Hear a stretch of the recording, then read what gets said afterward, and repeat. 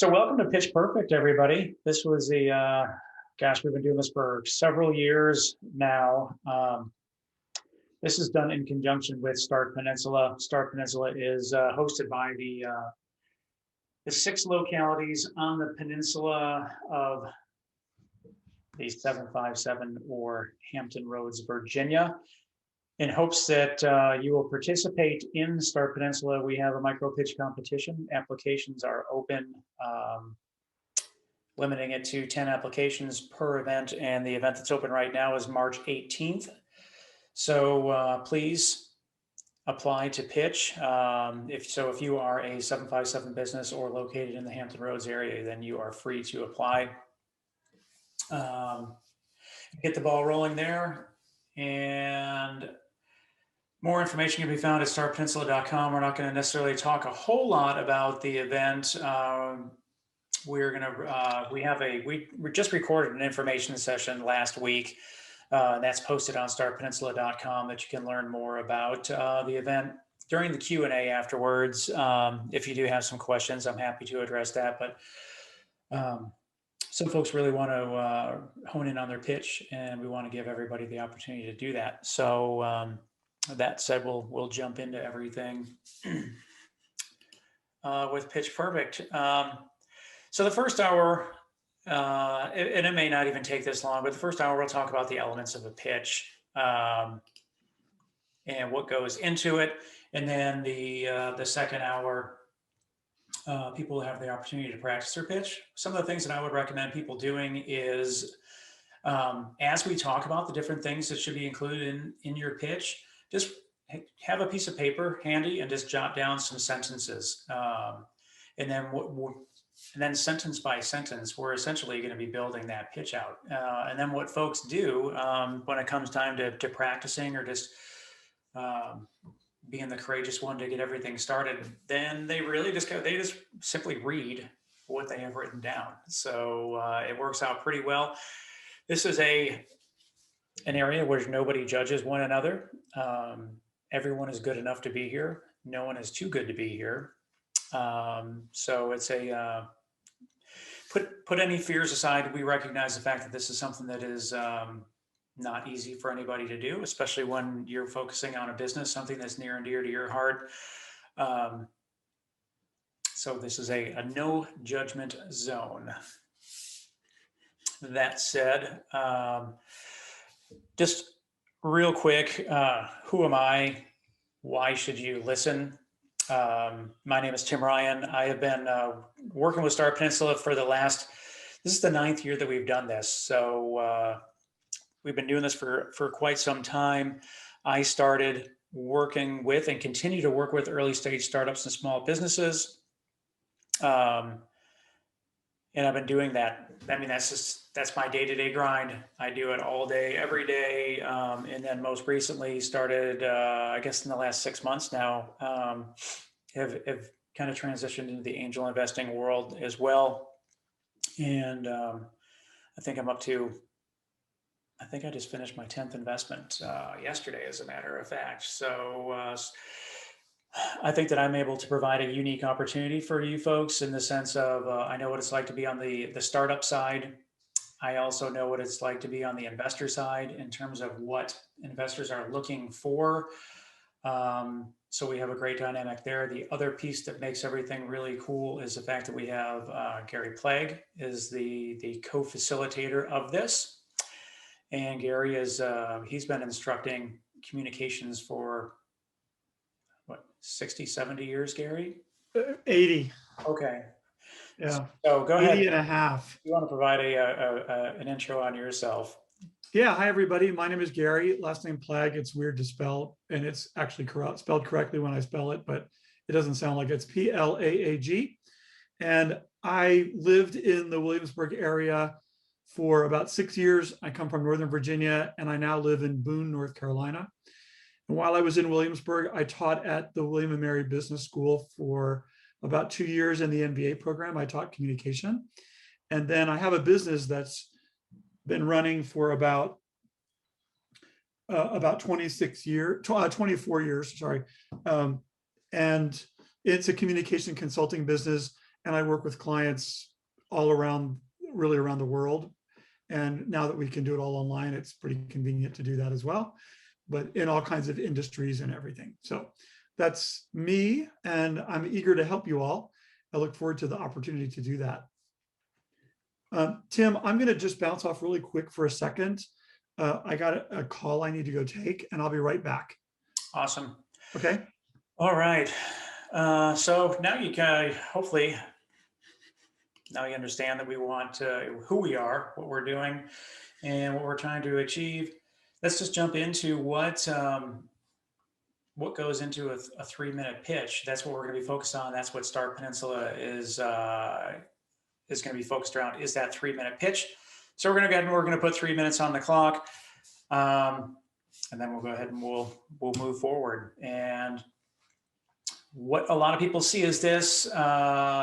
In this case, now, I guess now if we wanted to update this slide, it would be more of the panel of judges on a Zoom screen. But this is essentially what you're going to see. We have judges. We spend a lot of time focusing on the judges or investors, however you want to look at it. But there's an increasing sense of nervousness when this happens. So you want to make sure that we're prepared so that you don't have this look reaction once you see and the clock starts counting down from 3 minutes, and we don't want anyone to crash and burn. So what we're going to do is we're going to break down what goes into 3 minutes, and this is the order that we generally recommend, and primarily because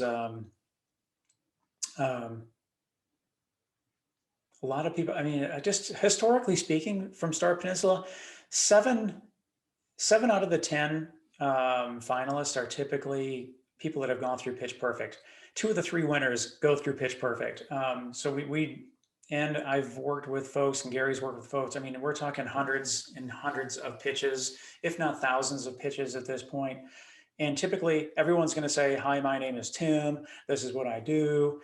And then everyone gets really bored. And then when you have a whole night of pitches where you have 10 back to back, then nobody really even knows. You just blend in with one another. So we suggest starting with an attention getter. And that can be like some sort of fact. That can just be something giving the audience a reason to listen to you. So that would be 10 seconds. Then you talk about the problem or the opportunity that you are addressing. You have 50 seconds to do that. And it's like, wow, just like that, you're already a minute into it. You're a third of the way through. Once you talk about the problem, then you're going to take an equal amount of time to talk about the solution. This is what your business does. This is how you differentiate yourself. We're going to dive into these all deeper. You talk about your solution. Now everybody has a reason that they want to listen to you. So now you can talk about who you are now, and then so 5 seconds there. You talk about your target market, who this business is focused on, who you're going to be selling to, how you're going to be selling to these people. That's another 50 seconds. And then you have a 15-second close. Generally, that can be things such as like areas that you need help. I mean, it's one of the it's really kind of a buffer period of time that you have that that you can leverage there. But having some sort of close to round everything out, you want to give everybody a reason to want more. And really, first and foremost, more than anything, I mean, this is not something that you're going to. This isn't to close the deal. This isn't to make the sale. This is so that you can get that second meeting. And for Start Peninsula's case, that second meeting is being brought back to the final round to pitch for the $5,000. So that closing, what you need to do to become successful and make them want more, just like I just talked about. And that's 3 minutes. I mean, it's not a lot of information. It's a short amount of time. This isn't this isn't a cookbook per se, in the sense of everything has to be 50 seconds. there are, for those three major areas. This is just saying that this is a guideline for you to use. This is an outline. So, I mean, if one goes long and one runs short, that's totally fine. And you can do things however you want to do them. But, we break things down by section, and then we can talk about each section, and then everything kind of fills itself out. So some of the things that you'll see at Star Peninsula, or when people pitch, is that they'll go on and on and on. They'll talk about the problem for 2 minutes and 30 seconds. They'll start talking about the solution, and then the 3 minutes is over, and then they don't get a chance to finish what the pitch is. And then unfortunately their time is done. So that's how we're going to break everything down. Anyone have any questions before we move on to that? Cool. All right, so things to consider, and in terms of like the idea and the innovation behind what it is that you're doing. We want to make sure that you're solving a problem that's big enough.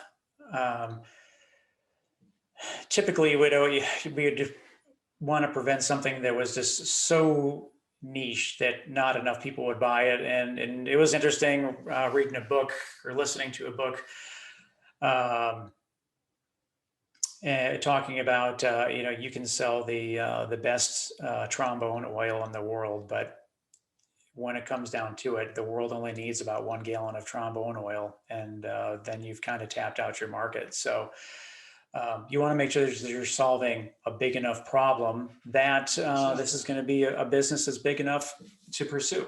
So is the problem big enough? And so some of the terms that you're going to start to hear when you talk about that problem being big enough is the shortened is TAM, T-A-M, that's your total addressable market. So you want to make sure that your total addressable market is big enough that to show that your business and idea is going to be big enough. Another thing in terms of like the innovation aspect is, how do you differentiate yourself?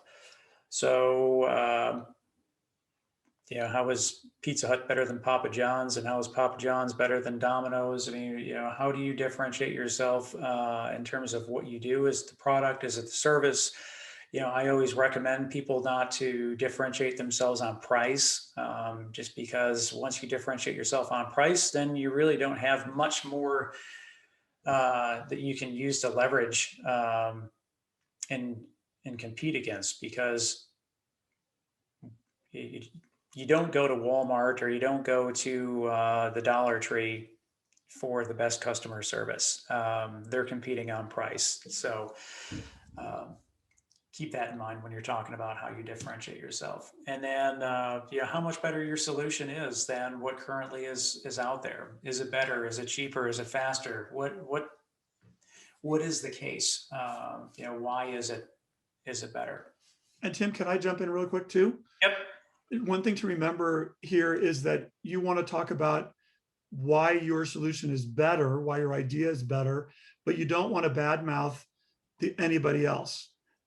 That will not fly well.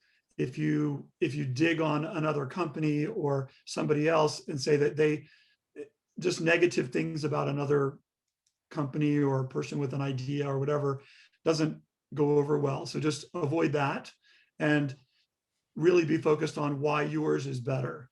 What's great about yours that may not be in the market. Awesome. Any questions on the idea or the innovation? Hey, Tim, there's a person that needs to come in the room. Should I let him in?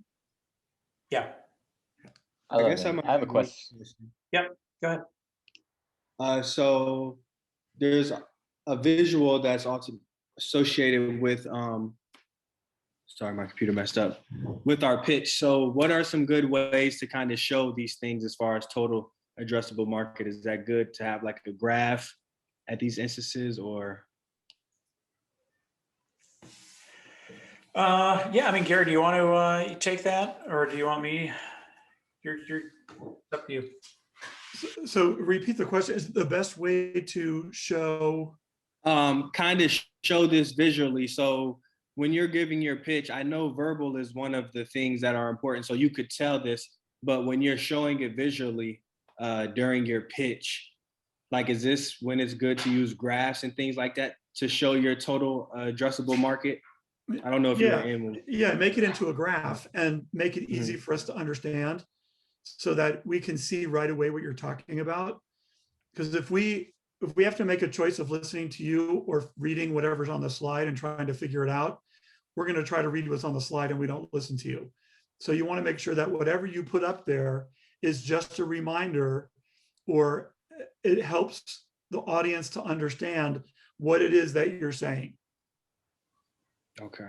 Does that help?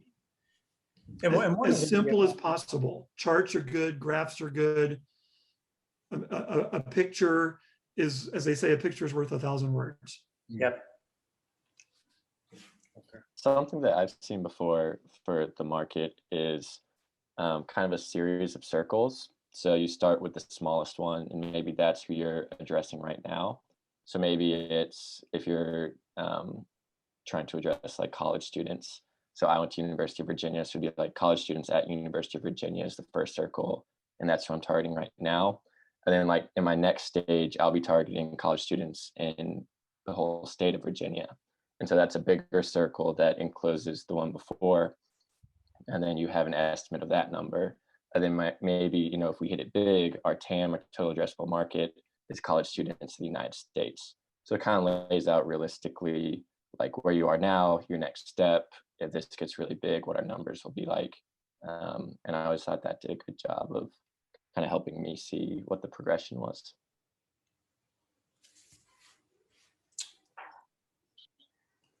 Cool, we good? Yes, sir, appreciate that. Yep.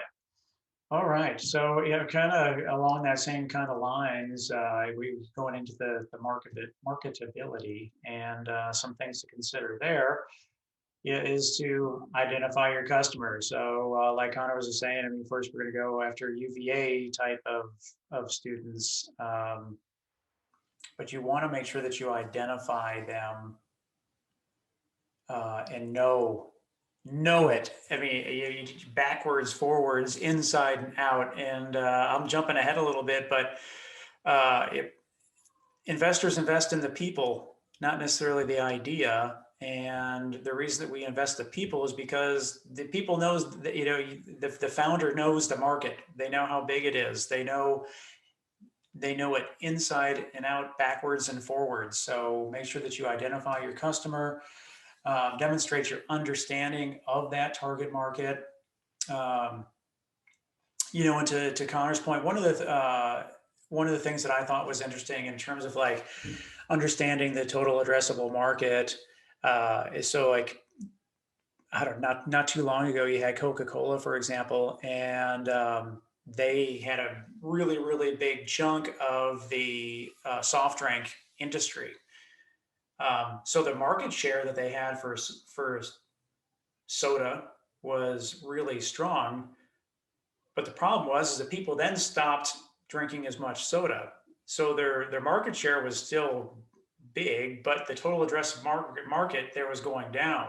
So then what they did was, then they realized, man, we got to get into the water industry. So Coca-Cola bought Dasani, and then Coca-Cola became bigger now, so that they're serving soda and water, and they got into the energy drink business. I don't know which one they own off the top of my head, but they kept on increasing their total addressable market by, in this case, acquisition. But you know, they understood the understanding of their target market and size, knowing if they added those pieces, they can grow the size of the pie that they were going after. And with that, so the unique characteristics. So Coca-Cola knew what their market was. They at first people drank soda, and then they stopped. So they understood what those unique characteristics were, and they knew that they, in order to keep business strong and healthy, that they had to fulfill the needs of their market and those unique characteristics. So again, knowing everything there is to know about what your customers want and how you're going to market to them is going to be key.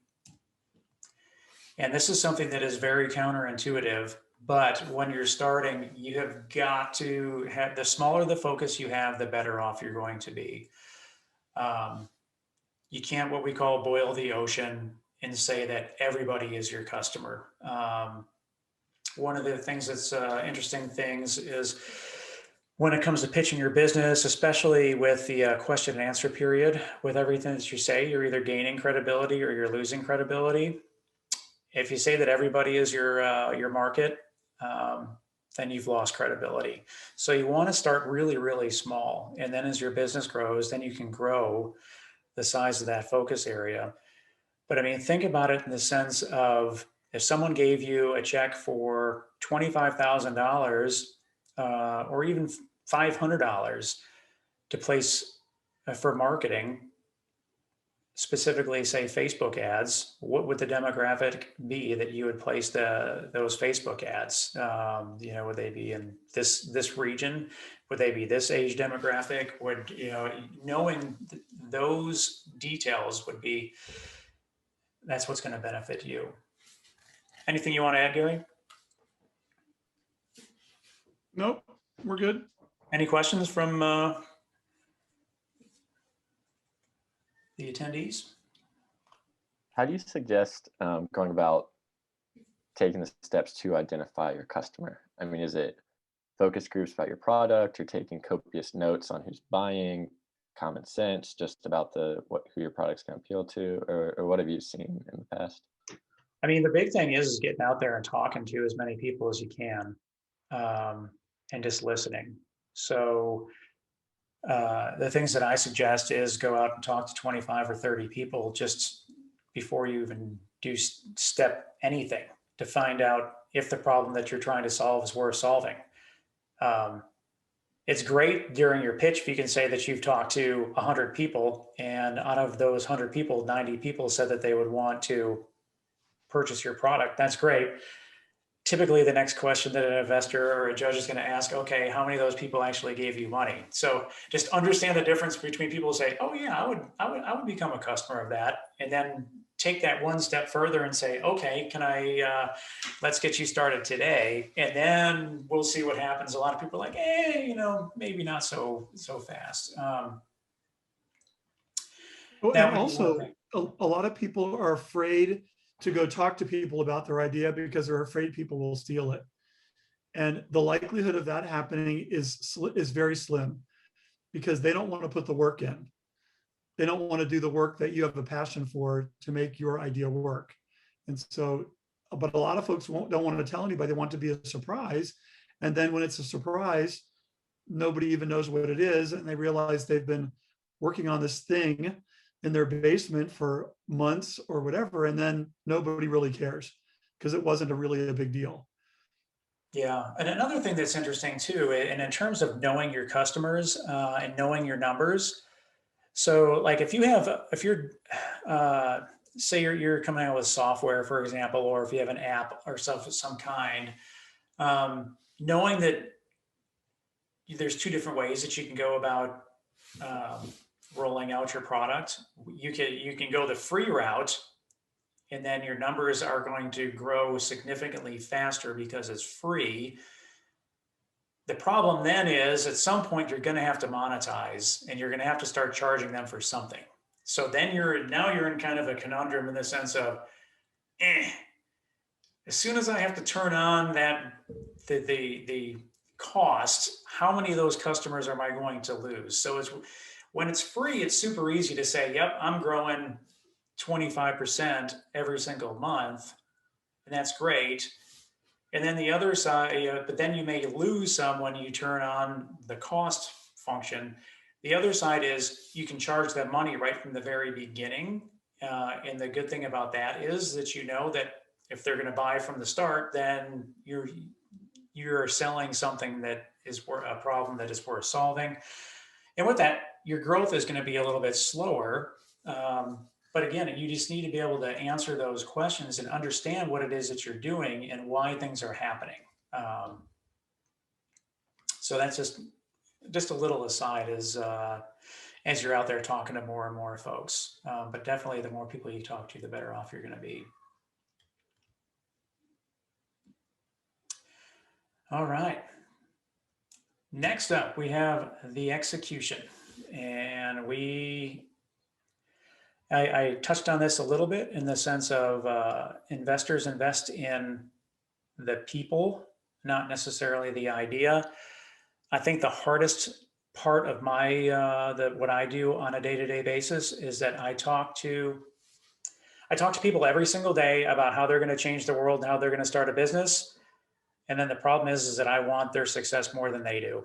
And then I don't ever hear from them ever again. And, it's too bad because some of those ideas are really great and it's because they just don't know how to execute. So what are we talking about in terms of things to consider for execution? How are you going to make this a reality? How are you going to transition it from just that idea to this is now a business? That's everything.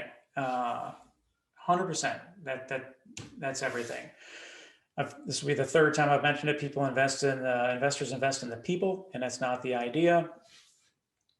And what is your why? And this is one that you just can't stress this enough, because being a founder of a company is extremely difficult. You're going to have really dark days. The highs are going to be high, the lows are going to be low. You need to surround yourself with like-minded people. You need to be able to celebrate with somebody. You need to be able to cry with somebody. But at the end of the day, when you're in one of those dark periods and you're like, gosh, do I give up on this? Your why is going to be what brings you out. That's what gets you out of bed every day.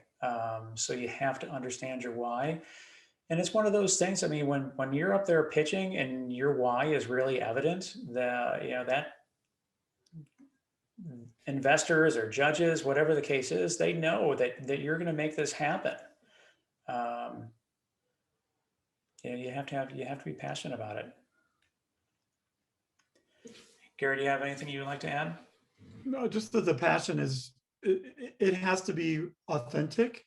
It has to be identifiable.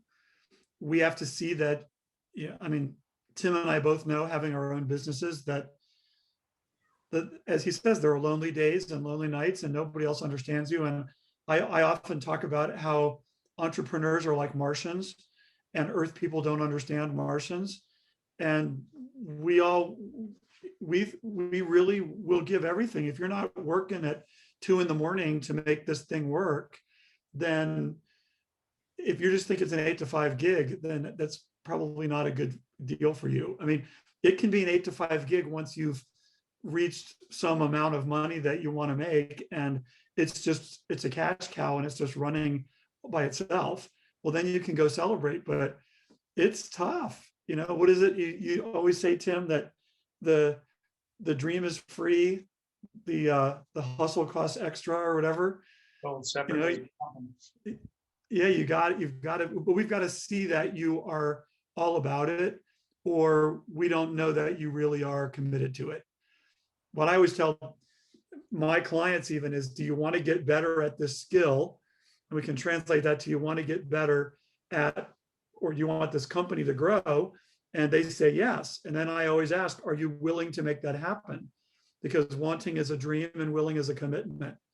And that kind of a commitment, I don't think it's a bad thing for your friends and family to say, because you're so committed to your idea and it's going to work. I don't think it's a bad thing when they say that you're a nutcase because you're so driven by this. I think that's probably a really good thing, and because that means you're into it. So, and that why is, what's the passion behind what you're doing? Why are you doing it? You're doing it because you just want to make a few bucks, or you're doing it because it's going to change the world in some way. Because you can go down and work someplace else to make some bucks. If you want to change the world, you might not make bucks real soon.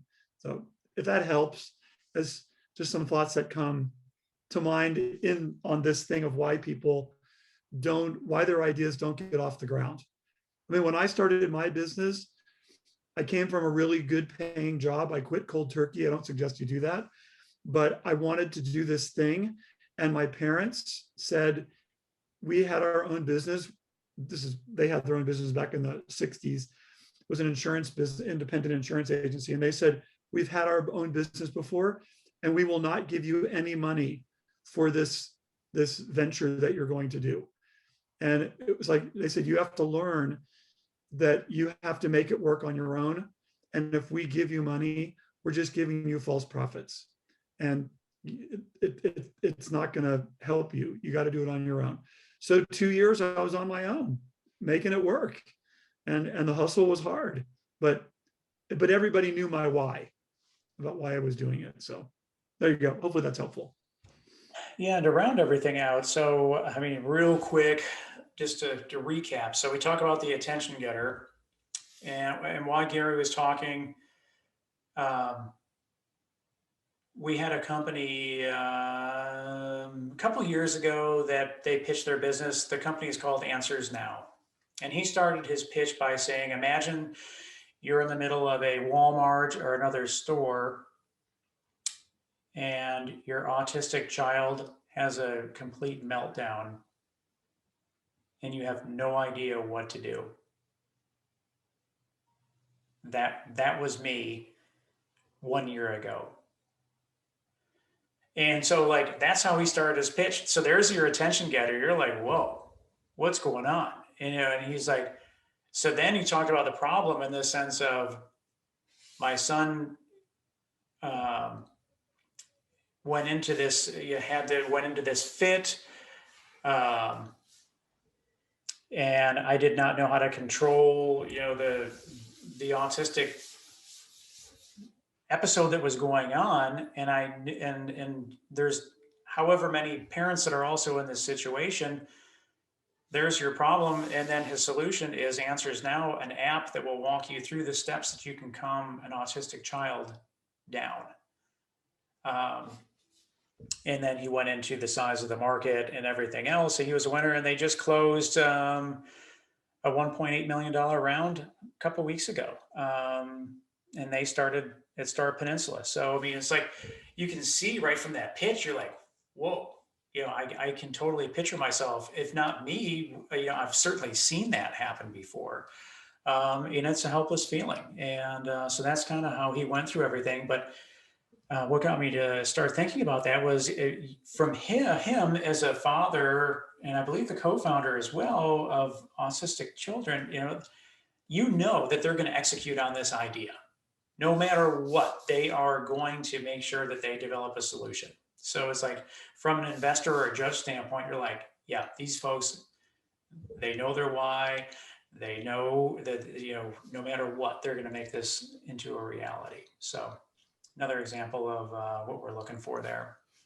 Yeah, we see it especially in people that are, let's say somebody is doing a hair product thing. It's because they've never been able to find a hair product that works for them.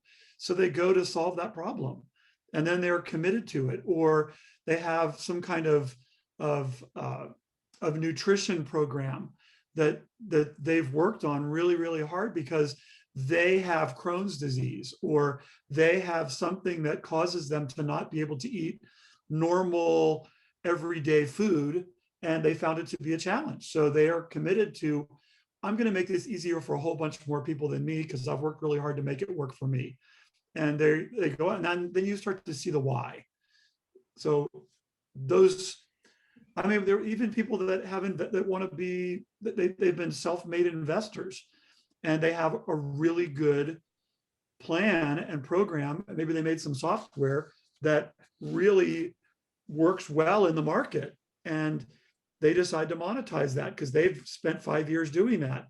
Then they're passionate about it. So all kinds of ideas about why that works. Mm-hmm. Awesome. Let's go to team, because this is really, really important. So things to consider: you want to make sure that you showcase your strengths. Too many times people will have like this really incredible team and not mention anything, or they mention it at the very end when somebody is totally discounted their idea, and then it turns out their team is the only people in the world that can solve this problem, and then it totally changes the equation.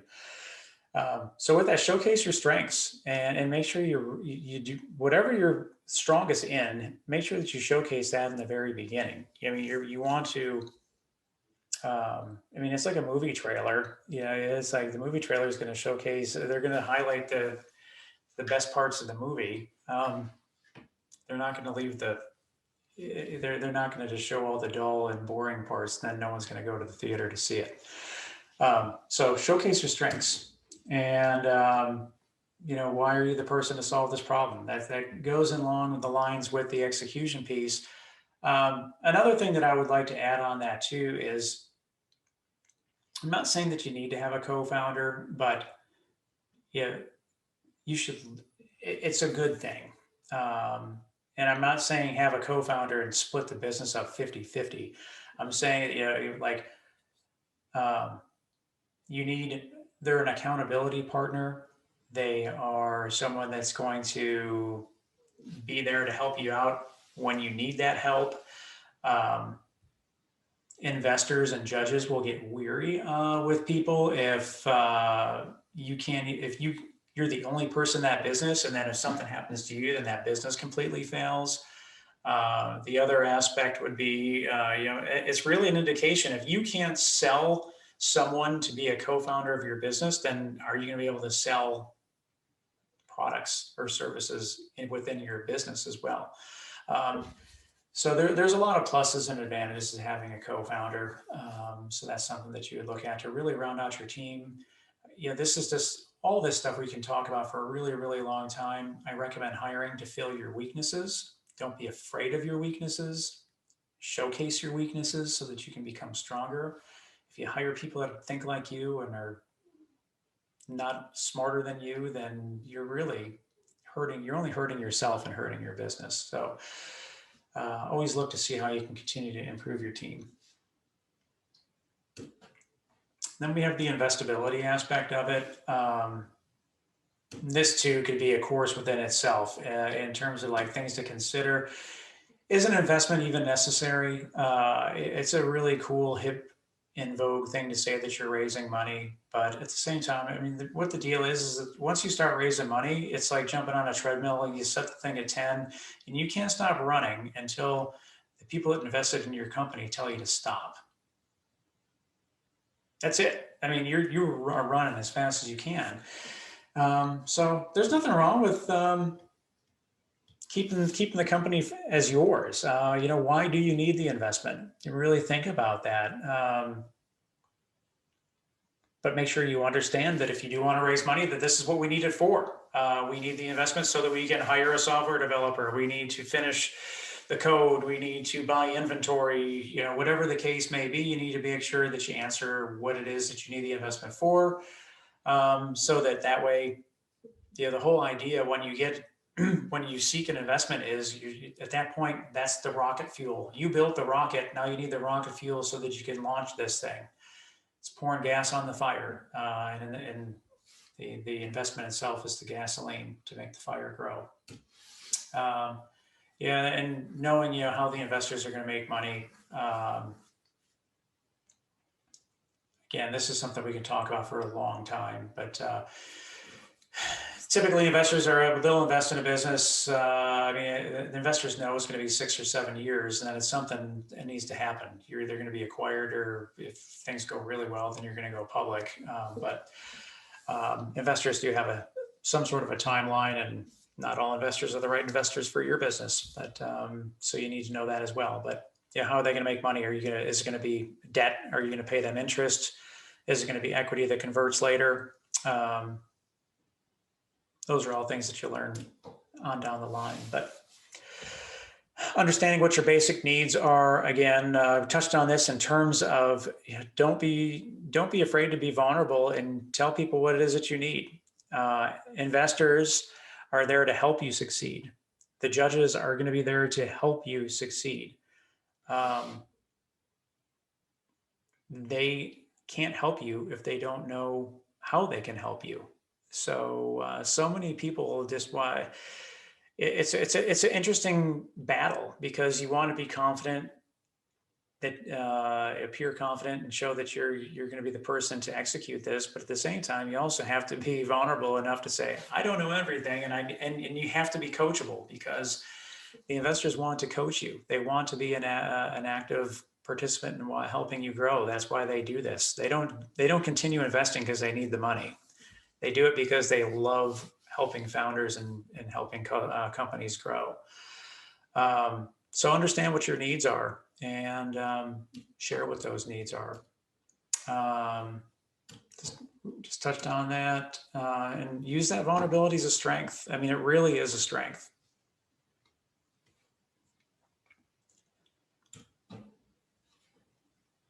And tricks of the trade. It's practice, practice, and practice. I mean, Gary is, this is really Gary's world.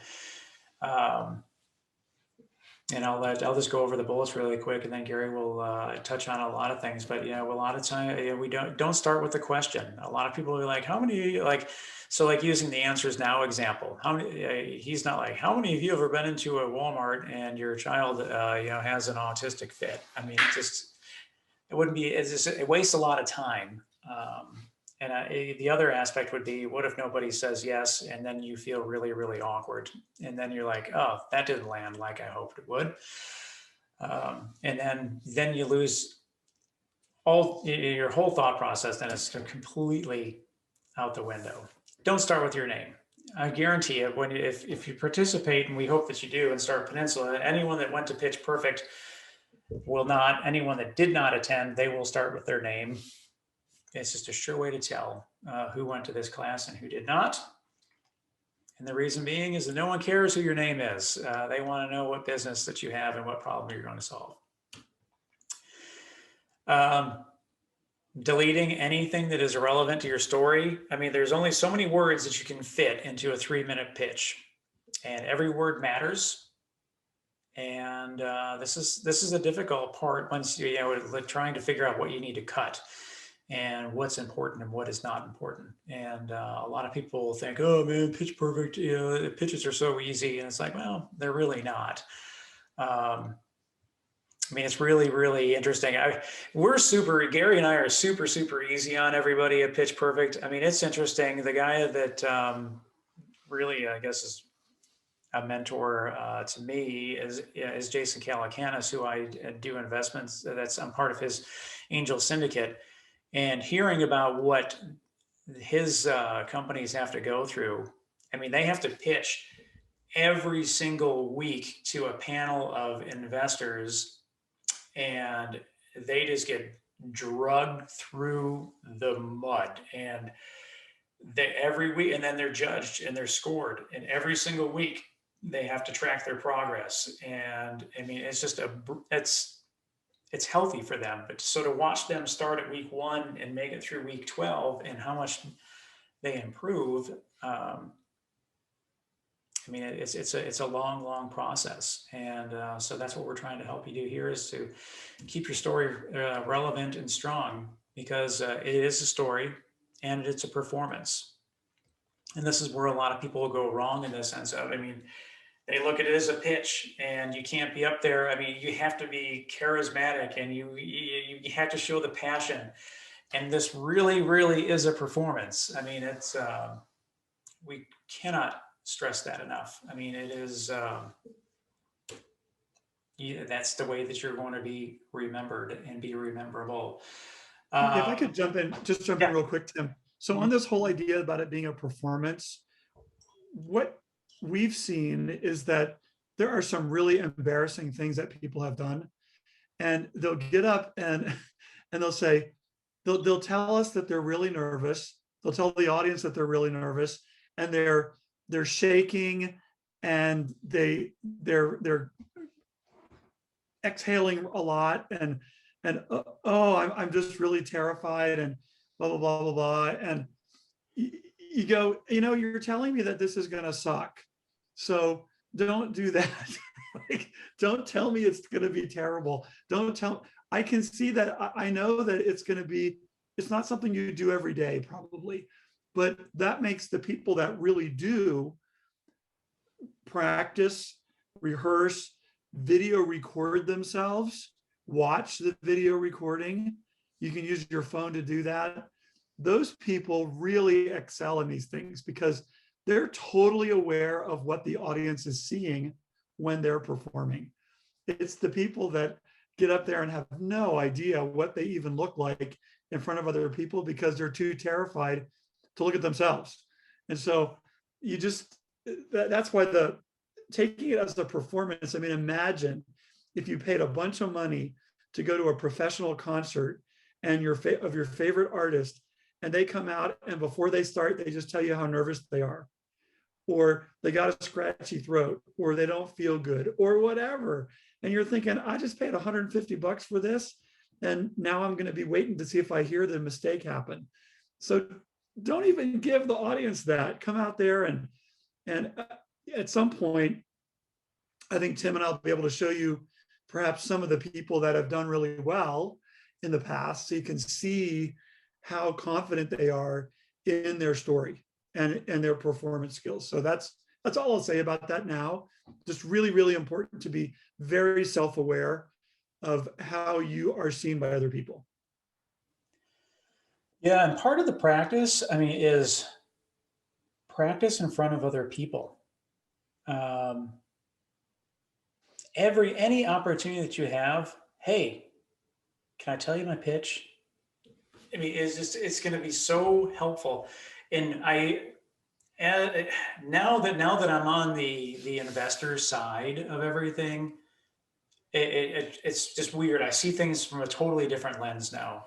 And as I've worked with different companies, I tell them when it comes to them helping them with their pitch, every single time that you give that pitch, write down every single question that somebody asks you. Write down every single objection that somebody gives you. And then you can start seeing trends in that pitch. And then you know how you need to adjust your pitch. So if everybody objects on the price or everyone objects on something, then you know in your pitch you need to address that objection up front before that is even brought up. Or if somebody has the same question on how does this work, you're not being clear enough. So it just makes me, I wish people would do it, but I'm telling you all, that's your key to success, do that. And then the other thing too is every single like investor type of person that you talk to, just send them a monthly update on the progress of your business. And you'd be amazed at, just share your wins, your losses, and what you need from a help standpoint. And you would be amazed at how that's going to change everything. That's just a quick aside, but and I'm going to put something in the chat right here, which I'll explain to you right now before I put it in the chat. But it's that when you're creating the explanation of your service or your product, whatever your idea is, you want to anticipate where people are going to get confused. So what I'm going to say, I'm going to put this in the chat, it's that clarifying explanations anticipate confusion. So when you're creating an explanation that clarifies things for people, you need to anticipate where they're going to get confused and then adjust your explanation accordingly. And by doing what Tim said, by asking people, hey, would you listen to my pitch? Tell me what you liked about my pitch. Tell me what I could do better about my pitch. Great. Was there any part that was confusing for you? Yeah, this was confusing for me. Okay, then I know that I likely, if I'm getting a bunch of those, I need to create explanations that clarify and anticipate where somebody's going to get confused. So I put that in the chat here so you guys can write that down. And that's just a really, really basic thing, that create explanations that beat the people to the point of where they're not going to get confused. Because if you let them get confused, they have disconnected and they're trying to figure it out. And you don't have time to answer their questions. So in this initial pitch, you want to, well, in any pitch, you want to be sure that you're anticipating where they're going to have questions and where they're going to get confused. So just another side note. Cool. Thanks, Gary. All right. So we're really, really confident you go through this. You're going to go through to the final round. To include, I mean, so demos are okay. Screenshots are going to be better. This is one of those things where Murphy's Law is going to come into play. If something can go wrong, it's going to go wrong. So you're just putting a lot of pressure on yourself and a lot of risk on yourself by doing a demo. My app will do this, and that. Just have some screenshots and go through the different screenshots. The people in the audience will get it and they'll understand. Identify a specific need that you have. So again, people don't know how to help you if you don't tell them how what help that you need. And with a call to action, send them to your website, tell them to do something so that they know how to contact you or whatever the case might be. If I need help in this area, if you know anyone in this area, please have them contact me, kind of thing. Well, so when so many people are going to be willing to help you, and if someone's going to provide that, follow up with them. I tell everybody that I'm more than happy to help them, and it's amazing to me how few people actually do. But people want to help. You'd be amazed. The Q&A aspect of everything. A lot of people get really nervous. This is where I see people shine because things are not necessarily scripted. And this is a time that allows people to talk from the heart. And that's where the passion really shows, in my opinion. This year, we're trying to streamline things a little bit more than last year. So last year we did a 3-minute pitch with a 3-minute question and answer. This year, we're going to do a 2-minute question and answer period. So we want to keep things moving pretty quick. And you need to be able to, again, this is a part where you can show people that you are the subject matter expert in whatever your business is. Answer those questions with, confidence and with authority that, hey, I know this, and have fun with it. Can I also chime in there really quick? Yeah. You have an opportunity in the Q&A if you go through your pitch and you realize you left something out. And it comes time for Q&A and somebody asks you a question, and media people are really, not media people, but politicians are good at this, where they can take the question and they'll answer it sort of, and then they'll hook it into something else so they can talk about something that they didn't get a chance to talk about in the debate or whatever. And I'm not suggesting you be like a politician, but just, it's an opportunity. If you don't have to beat yourself up about having forgotten something.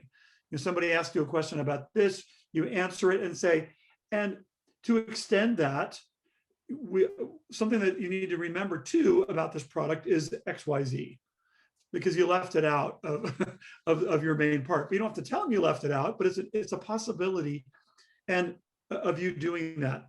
And if you can remain present and not be freaked out by the terror of doing this, if you can stay present, then you have a better chance of being able to do that, adding additional information that you might need to add or whatever. But you got to be so present in what's happening, not thinking about what's happening for dinner, not thinking about, I wish I didn't have to do this, not thinking about anything, but I'm here, I'm in the space, this is my chance to make a difference, and I'm fully aware of what I'm doing. I don't even know what time it is. I'm just in the space. And that's the place you want to be.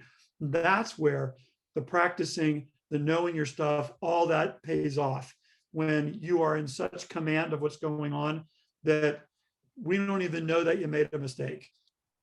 So, no thought. Awesome. That's how to get a hold of us. That's the formal part that we had for this evening. Let me give you one, if I could do a tangential thing really quick for all of you. So you may wonder, Tim gave an example of imagine here's where you're in the Walmart and your kid with autism has a meltdown. And you can put yourself there and you go, wow, that would be awful. And I can feel that terror of how do I do this? How do I deal with that? So there are a bunch of ways that you can start. So I'll give you a couple of examples. You can start with something like Tim talked about. You could start with a quote if you wanted, if it was relevant and short. So for example, I had to give a presentation on how a group of people who had lost their mojo in this organization they were in, how they came back. And I used one from American opera singer Beverly Sills, and I said, Beverly Sills once said, there are no shortcuts to any place worth going.